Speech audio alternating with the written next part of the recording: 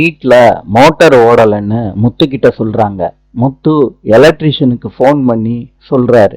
Electrician மோட்டரை பார்த்துட்டு முத்து கிட்ட சொல்றாரு, நான் மெயின் போர்டை ஆஃப் பண்ணிருக்கேன், யாரும் ஆன் பண்ண வேணாம். சுவிட்சு நீங்க மறந்துட்டு போட்டீங்கன்னா எர்த்து பாஸ் ஆகும். இந்த விஷயம் தெரியாத மனோஜ் மெயின் போர்டை ஆன் பண்றாரு.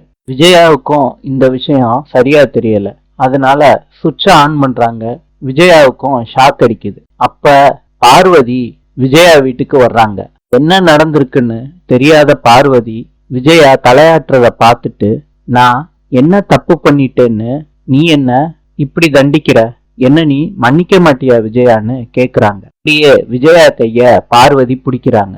பார்வதிக்கும் ஷாக் அடிக்குது. பார்வதியும் தலையாட்டிக்கிட்டே இருக்காங்க. ரூம்ல இருந்து வந்த ரோகிணிக்கு இத பத்தி தெரியாது.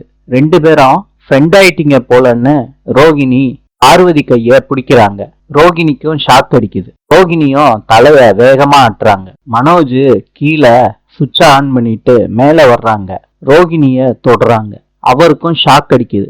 தலைய வேகமா ஆட்டுறாரு. சுதியும் ரவியும் தொடுறாங்க. அவங்களுக்கும் ஷாக் அடிக்குது. எல்லாரும் தலைய வேகமா ஆட்டிக்கிட்டு இருக்காங்க. மீனாவுக்கு இந்த உண்மை தெரிஞ்சதுனால சப்பாத்தி கட்டைய வச்சு, அத்தை என்ன மன்னிச்சிருங்க, வேற வழி இல்ல, உங்களை அடிச்சுதான் ஆகணும்னு அடிக்கிறாங்க. விஜயா சுவிட்ச் போர்டுல இருந்து கைய எடுத்துட்டு விழுகுறாங்க. விஜயா பின்னாடி எல்லாரும் ஒண்ணு மாத்தி ஒண்ணு சரிஞ்சு போய் விழுகுறாங்க. எல்லாரையும் மீனா பாக்குறாங்க. நாளை சந்திப்போம்.